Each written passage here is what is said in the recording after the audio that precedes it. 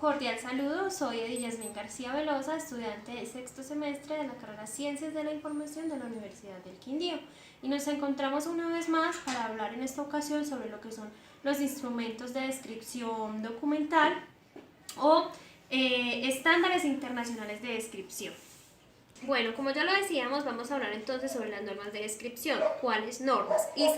ISAD-GET, ISAR-CPF y EAD.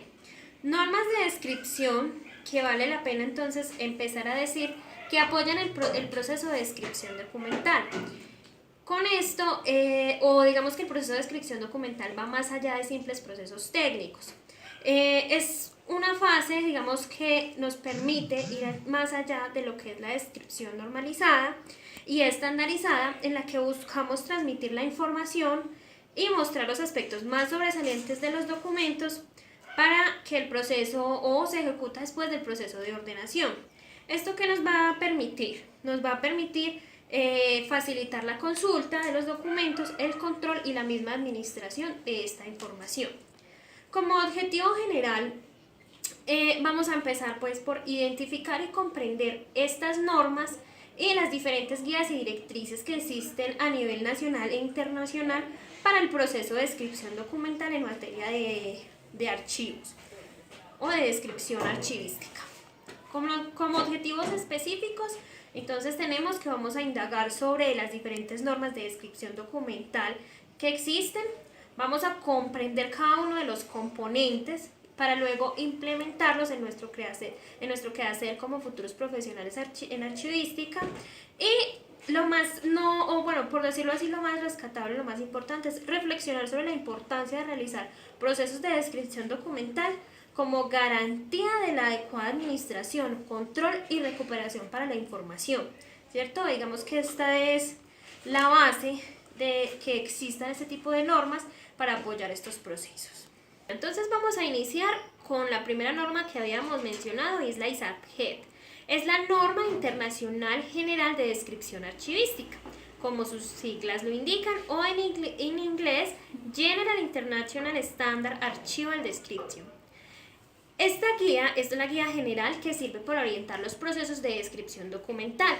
Contiene 26 elementos para realizar este proceso, que van desde descripciones, desde lo general a lo particular, manejando algo que se llama una descripción multinivel. Más adelante vamos a mostrar un ejemplo para representar lo que implica una descripción multinivel. Y lo que se busca con esta norma es representar lo que se conoce como el principio de procedencia. Por eso se hace de lo particular a lo general en relación con este principio de procedencia. Es la norma más apropiada para la descripción documental, ya que con ella se permite reflejar una adecuada identificación y clasificación de los documentos. Entonces, acá les vamos a mostrar cómo es la descripción multinivel. La descripción multinivel empieza, en este caso, un ejemplo, vamos a tener un fondo. Por ejemplo, les voy a poner el caso del fondo de una empresa X, la empresa donde yo trabajo. Entonces, fondo Telecafé.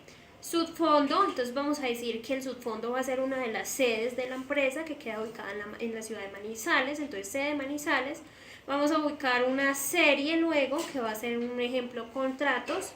Luego tenemos un expediente, que digamos va a ser contratos de prestación de servicios, de vigilancia, y luego una unidad documental que nos vamos a decir que es el legajo 2 de ese expediente.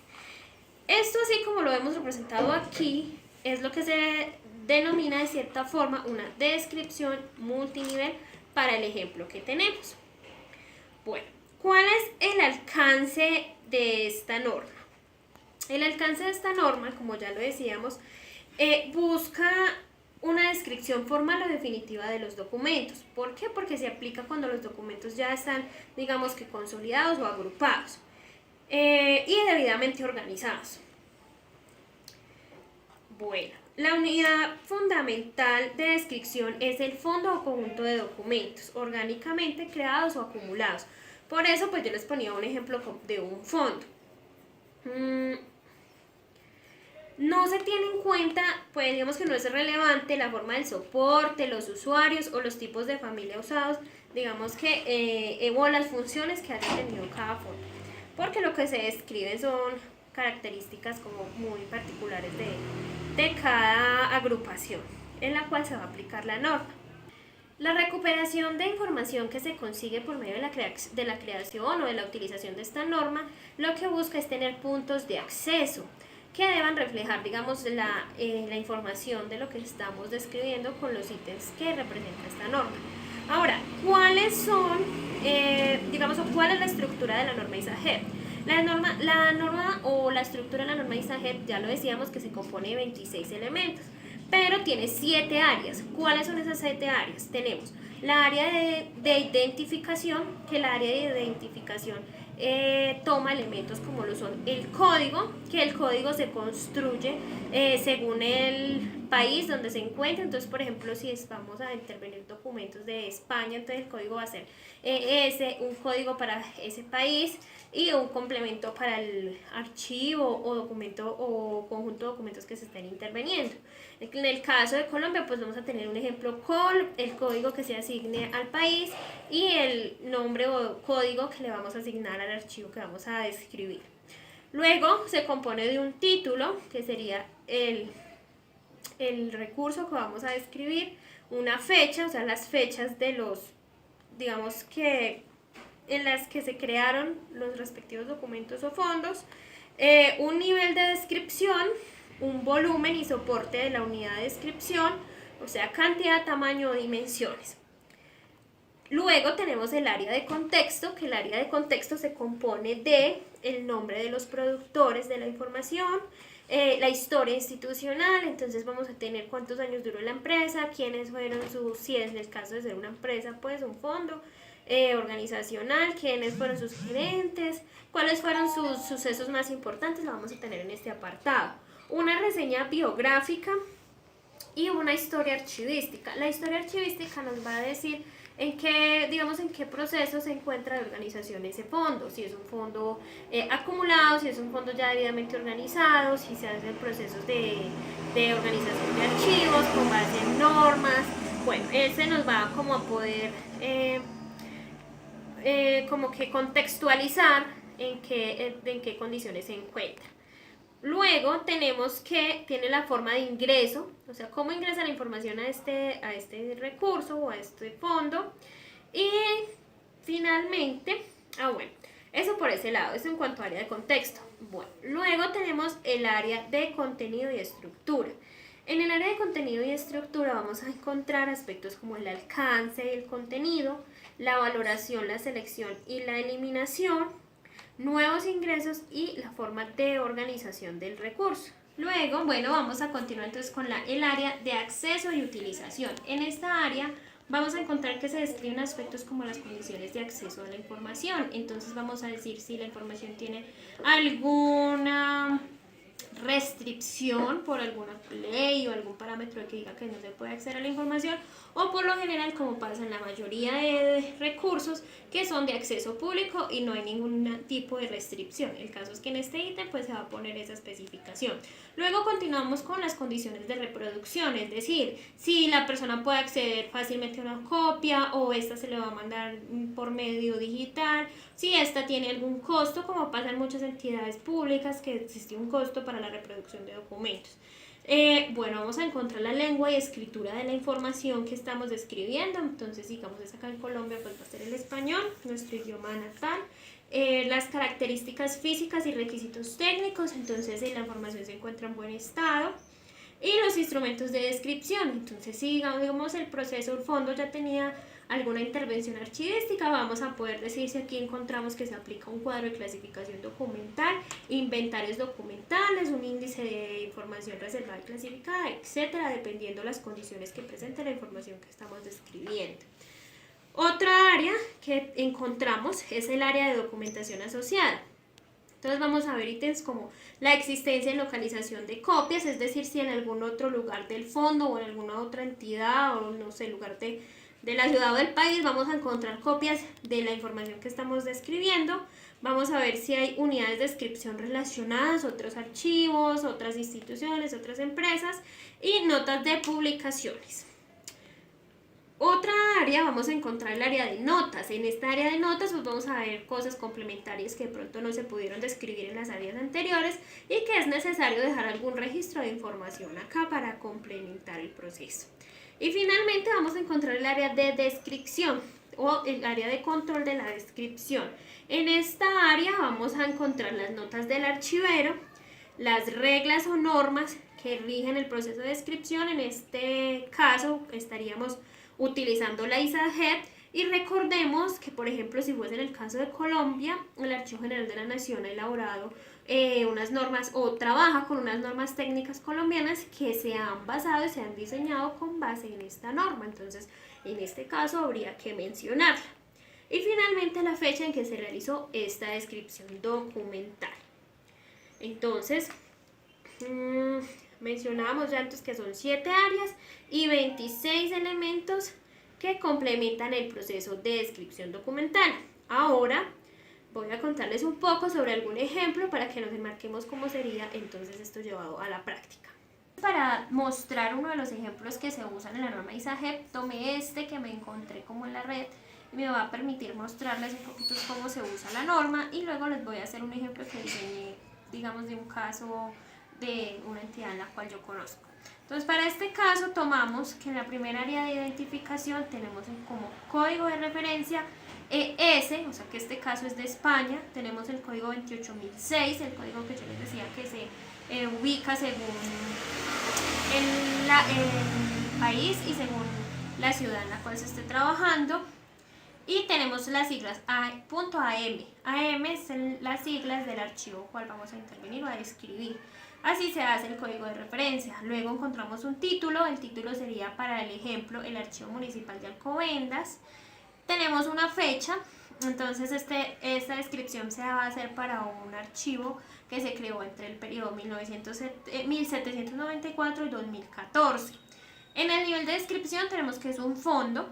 En el volumen y soporte, entonces nos dice que son 2.517.42 metros lineales y nos especifica cuántos de estos han sido intervenidos, se encuentran organizados en determinado depósito, cuántos de estos todavía se encuentran por intervenir y se encuentran en otro depósito.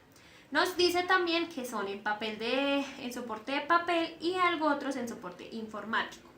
Eso en cuanto al área de identificación. Ya en el área de contexto, entonces encontramos que el nombre del productor, entonces son Ayuntamientos de Alcobendas, que era como tal la entidad que decíamos anteriormente. Luego encontramos la historia de la institución, entonces pues nos documenta, digamos, todos los periodos y las fechas más representativas del ayuntamiento. Historia del archivo, entonces en la historia del archivo rescatamos elementos como que los documentos se han ido remitiendo al archivo progresivamente desde las oficinas que los fueron creando hasta el lugar donde están actualmente custodiados. Las instalaciones donde está la información cuentan con todas las especificaciones técnicas y pues dando unos datos históricos como desde cuándo se empezó a tratar todo el tema en materia de archivo. En el otro ítem, en formas de ingreso, encontramos que los documentos se ingresan por transferencia normalizada. Las oficinas productoras remiten la información al archivo que estamos describiendo, al archivo municipal, de acuerdo con los reglamentos y los parámetros establecidos en cuanto a archivo en este lugar, o sea, en España. Luego vamos al área de contenido y estructura. Entonces tenemos que en contenido la información que alberga este archivo es relacionada con el gobierno, la administración, los habitantes y la economía, entre otros factores. Es decir, que en contenido vamos a especificar qué información es la que vamos a encontrar en determinado fondo que estamos describiendo. En el ítem valoración, selección y eliminación encontramos que se aplican los protocolos y procedimientos que tienen establecidos en el lugar para realizar estos procesos. Destrucción física de documentos, teniendo en cuenta pues los lineamientos establecidos para no ir a deteriorar o dañar el patrimonio documental de Madrid. Bueno, en nuevos ingresos nos dicen que la información ingresa progresivamente con una hoja de control que tienen parametrizada y que lo hacen debidamente programada. En cuanto a organización, entonces nos describe cómo era la estructura de la entidad pues a nivel jerárquico. Entonces nos muestra los organismos de gobierno, nos muestra los servicios que tenían y debidamente codificados según, digamos, la estructura que ellos manejaban. Luego, en área de condiciones de acceso y uso, encontramos entonces condiciones de acceso. Entonces nos cuenta que es un archivo de titularidad pública, es decir, que cualquier persona puede acceder a la información y que esta es de consulta libre, y que se aplican las normas establecidas allá para, digamos, el acceso a la información. En condiciones de reproducción está lo que yo les decía de que la reproducción es libre, como se decía anteriormente, en condiciones de acceso, pero que hay una solicitud que se debe hacer para acceder a la información. Y que existen precios públicos para la reproducción de los documentos. El lenguaje de los documentos es castellano. En características físicas tenemos que el estado de conservación en general del fondo es bueno. Y en instrumentos de descripción tenemos que se usan cuadros de clasificación documental, de los archivos municipales, índices automatizados e inventarios generales de los archivos municipales.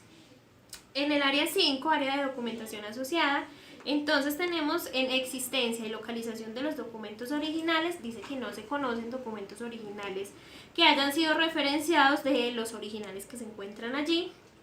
En existencia y localización de copias, dice que hay algunas copias en originales que se encuentran incluidas en la otra serie documental. En unidades de descripción relacionadas, hay fuentes documentales en otros archivos de España como tal que se referencian ahí y tienen como esa relación. En notas de publicaciones, entonces dicen que esto fue expuesto en el catálogo de la exposición documental de Alcobendas 1886-1996 del reglamento de archivo. Como les decía, este ejemplo lo tomé pues de la red, entonces por eso es importante hacer estas aclaraciones con el tema de respeto de derechos de autor. Bueno, área de notas, el área 6, en notas tenemos que por las características propias de la institución, el Archivo Municipal de Alcobendas ejerce las funciones de archivo central administrativo y archivo intermedio, archivo histórico, es decir, que es un lugar donde se realiza todo el proceso de gestión documental. Entonces en este caso el archivero consideró importante hacer esta descripción.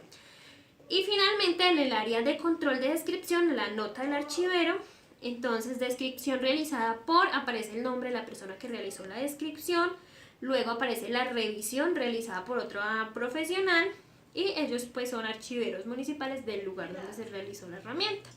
Reglas o normas, entonces nos mencionan la ISAGED, que fue la que utilizaron, y la fecha de descripción fue enero del 2004 y la revisión fue en enero del 2015. Este es el ejemplo que les digo que tomé en internet. Ahora quiero contarles sobre el ejemplo que apliqué a un caso del lugar en donde trabajo. Mi ejemplo entonces está enfocado hacia un canal de televisión, al archivo pues general de ese canal, en donde se consolida toda la información. Entonces tenemos para este ejemplo que en la primera área, en el área de identificación como código de referencia, coloqué COL, o sea de Colombia, coloco los 6 ceros porque desconozco el código que aplica al país y coloco AT, que significaría Archivo Telecafé. Título, Archivo de Telecafé Limitada. Fechas, entre 1981 y 2017. Voy a poner nivel de descripción del fondo como tal, o sea, todo el conjunto de documentos de la entidad.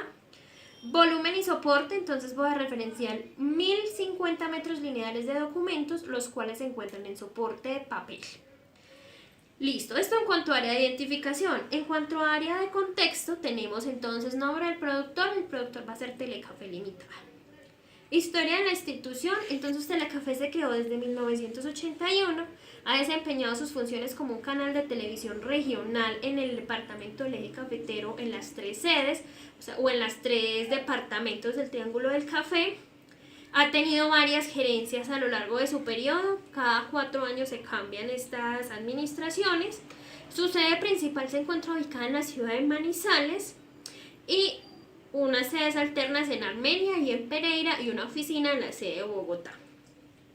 En cuanto a historia del archivo, entonces tenemos que toda la documentación desde 1981 se encuentra en custodia del Archivo Central en la sede de la ciudad de Manizales.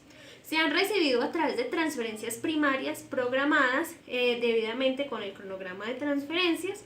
El depósito de almacenamiento cuenta con todas las condiciones de almacenamiento y la información, condiciones técnicas adecuadas de almacenamiento, y la información se encuentra en el periodo comprendido desde 1981 hasta 2017 con principios archivísticos aplicados para la organización.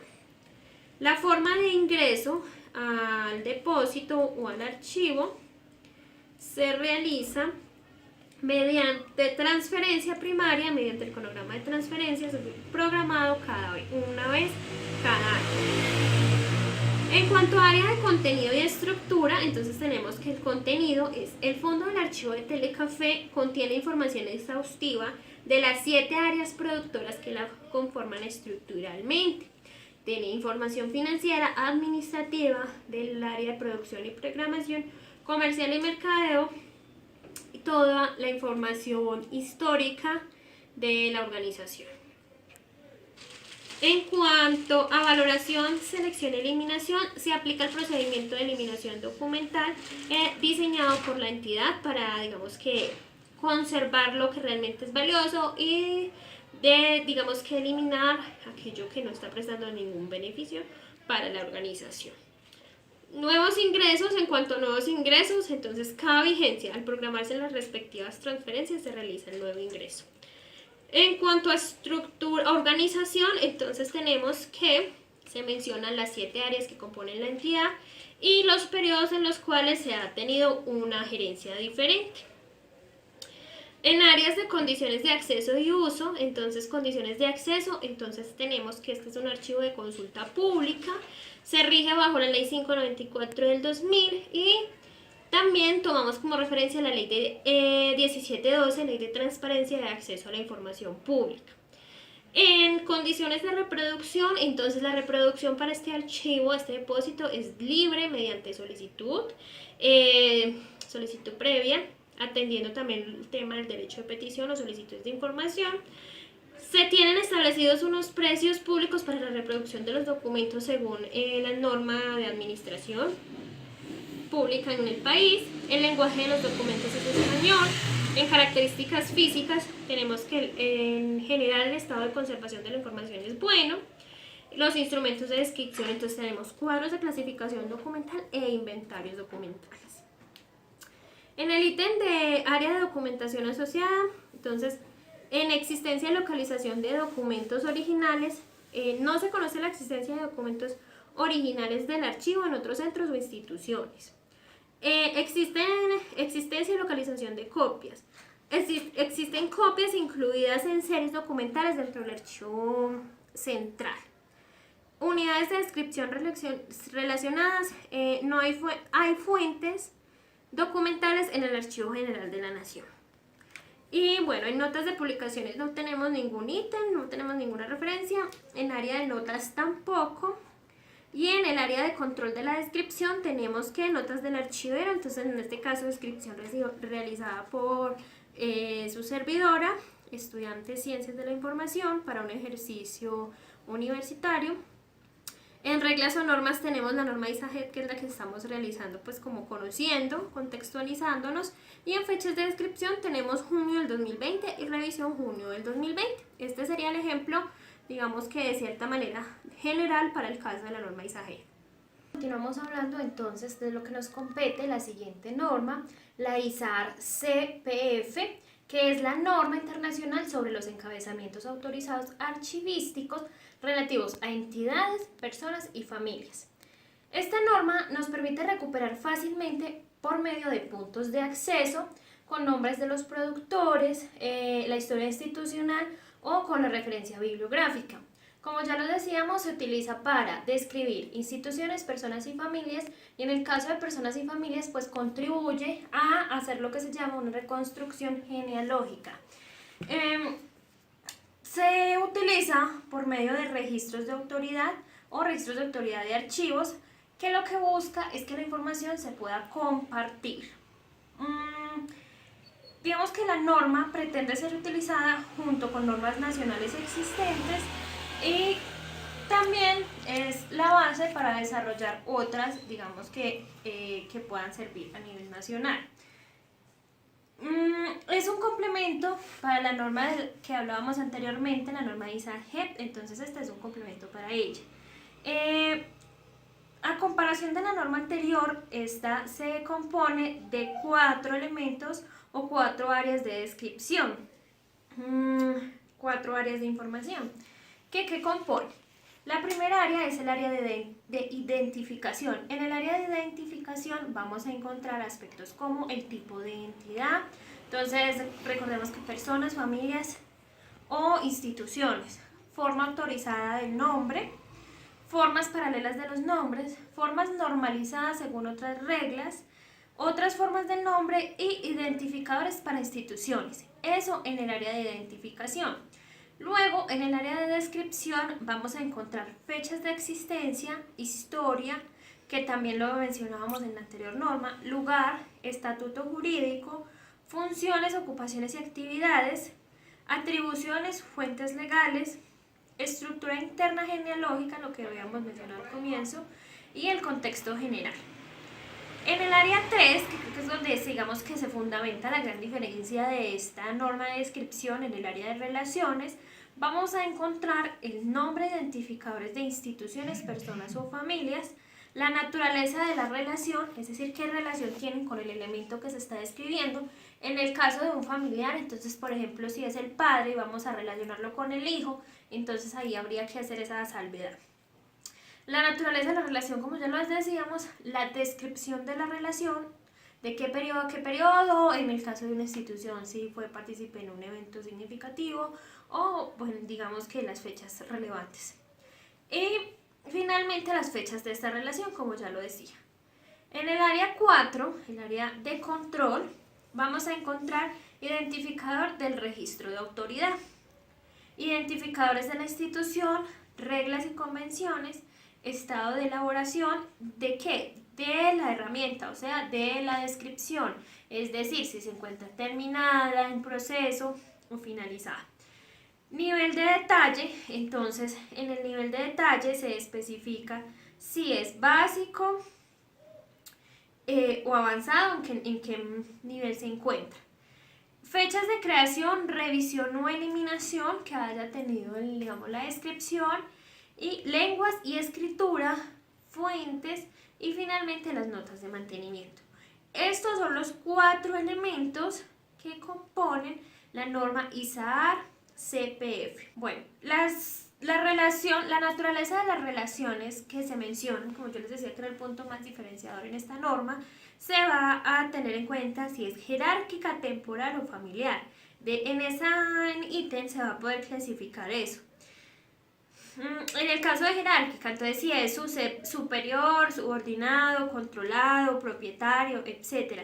En el caso de temporal es si es predecesor o sucesor, en el caso de una institución, una gerencia o algo así, o en la historia de un municipio, bueno. Familiar, en una familia una persona pues va a tener un amplio círculo de relaciones, como ya les decía, hijo, primo, nieto, etcétera, pero hay que relacionar esa parte. Y la última relación que puede existir, que es la asociativa, ahí se va a poner cualquier otro tipo de relación que pueda existir y que sea relevante para la descripción, como proveedor, cliente, miembro, parte de, etcétera.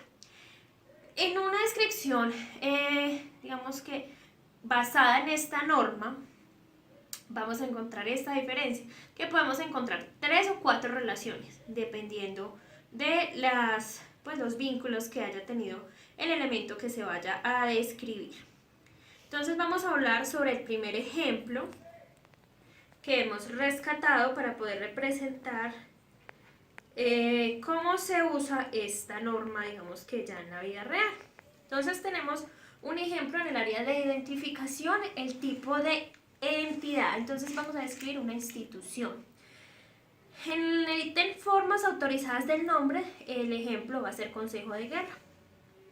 En formas paralelas del nombre, dice que no tiene como, otro nombre que se le pueda poner, entonces solo se aplica ese nombre.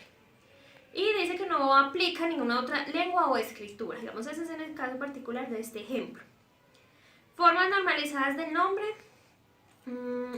Acá se tienen que tener en cuenta normas nacionales e internacionales que la entidad decida hacerle al momento de la descripción. Por eso en este ejemplo no se utilizó ninguna. Otras formas del nombre, acá sí tenemos varios ejemplos, entonces puede ser Consejo de Guerra y Marina, Supremo Consejo de Guerra, Real y Supremo Consejo de Guerra. O sea, puede variar, hay que hacerle ahí las variaciones. En el área de descripción, que es la segunda área, tenemos que las fechas de existencia, entonces, se están describiendo desde 1767 hasta 1842. Y usan como una norma para poder referenciar esas fechas.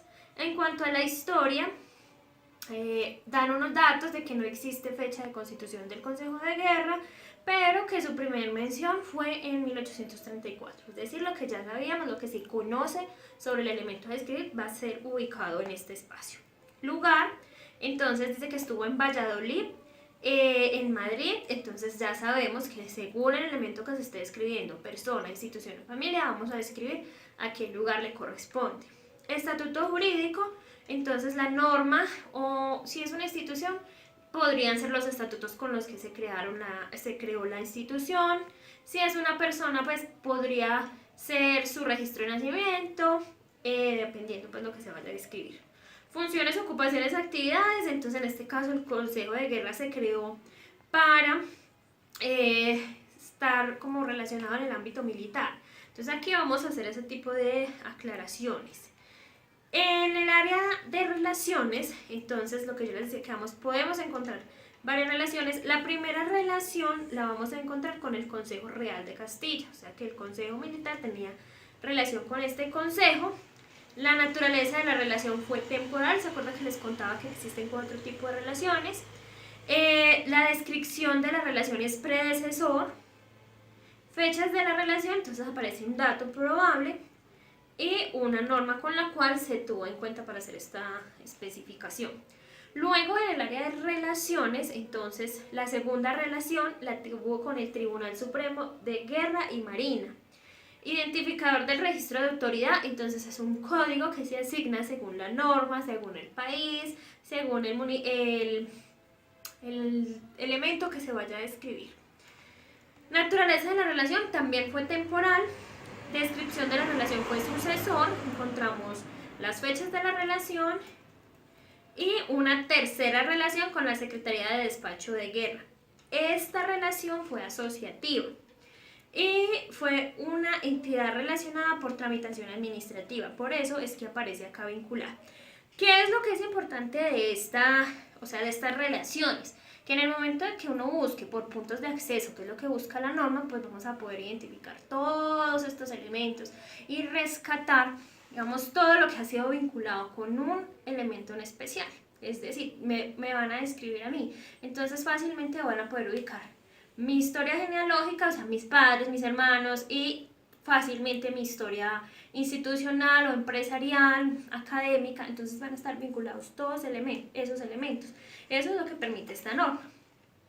Bueno, ese es así como de manera general un ejemplo de la aplicación de la norma ISAR-CPF. Como vimos, contiene algunos elementos que son similares a la norma ISAGED y otros que no, por eso son un complemento y pueden ser un complemento, digamos que para el momento de hacer descripciones. Tenemos otro ejemplo, segundo ejemplo, es de la Real Lotería de Nueva España.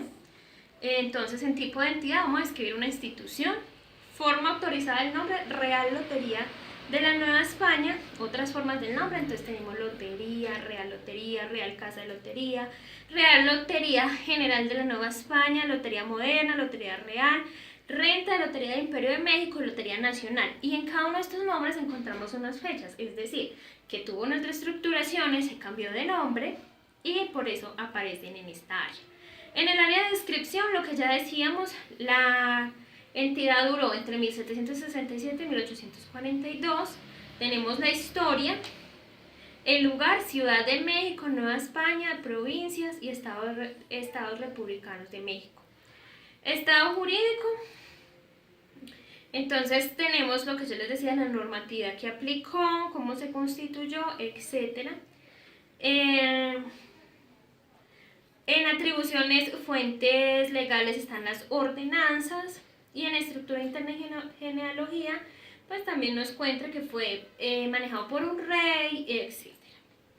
Área de relaciones, entonces este ejemplo tiene 3 relaciones con varias instituciones en diferentes épocas, generalmente temporales y sucesores.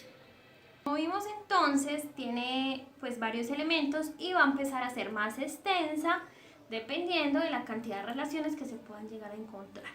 Es una herramienta muy utilizada, en Colombia digamos que ha tomado como referencia para desarrollar otros insumos que, como ya lo he mencionado anteriormente, son utilizados por el Archivo General de la Nación y varias instituciones para realizar sus procesos de descripción. Y finalmente, la tercera norma que queremos referenciar es la norma EAD, Norma de Descripción Archivística Codificada. ¿Qué es? Es una norma de descripción documental que utiliza vocabularios basados en XML, en lenguaje XML, que es un lenguaje de programación codificado. Se usa para codificación en formato electrónico de descripciones de documentos de archivo. Fue desarrollada en Estados Unidos y su finalidad es proporcionar un formato normalizado para el intercambio de información basado en ISAGE. Entonces, si miramos, todas las 3 normas tienen cierta relación y son un complemento. El objetivo principal de codificación de la norma EAD son los inventarios y el registro de cualquier extensión, ya sea documentos de archivos textuales, electrónicos, materiales visuales y registros sonoros, es decir, cualquier contenido informativo se puede escribir a través de este lenguaje XML por medio de la norma EAD. A diferencia de las otras dos, este recurso consta de 165 elementos representados como etiquetas. Esto en una de las versiones, porque dijimos que ha tenido mejorías, creo que ya se encuentra en la versión 3.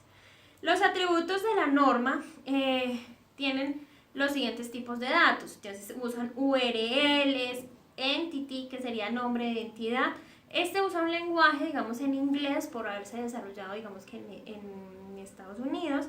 Entonces, todo el lenguaje que usa la norma digamos que es basado en códigos que están encriptados de cierta manera y que, si nosotros lo vemos de una forma en el lenguaje natural, ellos lo traspasan al lenguaje XML.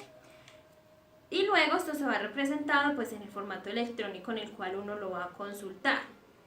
Características particulares de esta norma EAD, entonces tenemos que usa unos códigos especiales para hacer la descripción o encriptación. ANI URL, que es el identificador uniforme de recursos, usa URL como URL.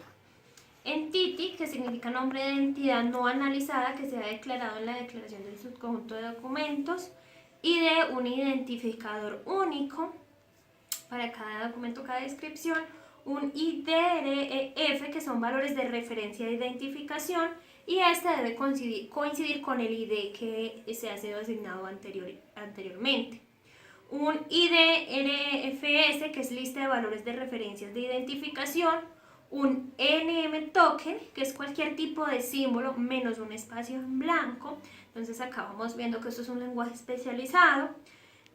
Un string, que es el tipo de datos más general. Un atributo de este tipo puede contener cualquier secuencia de caracteres permitidos en XML. Entonces en el ejemplo vamos a ver que ellos se encuentran entre paréntesis o entre estos símbolos que se usan para encriptar la información.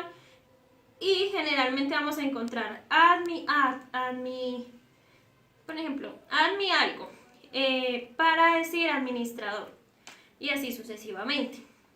Y finalmente un token que no puede contener un retorno, ni un avance de línea, ni espacios iniciales ni finales. Es decir, todo esto son códigos que se van a usar para el momento de ingresar la información o de estructurarla como tal.